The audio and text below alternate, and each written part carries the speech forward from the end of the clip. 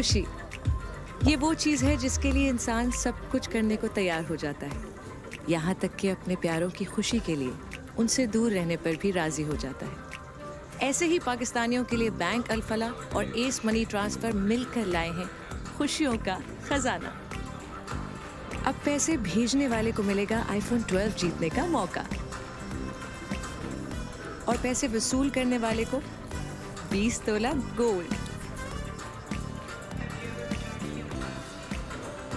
और ऐसे ही बेशुमार मौके 5 तोला गोल्ड बिस्किट्स जीतने के। बस अपनी मेहनत की कमाई कानूनी तरीके से एस मनी ट्रांसफर के जरिए भेजें और पाकिस्तान में बैंक अल-फलाह की 700 से जायद में से किसी भी ब्रांच से पैसे वसूल करें। याद रखें, जब आप अपने प्यारों को खुशियां भेजते हैं तो पाकिस्तान को मजबूत बनाने में भी आप बैंक अल-फलाह और एस मनी ट्रांसफर का साथ देते हैं। Bank Alfalah and S money transfer, leading the way forward.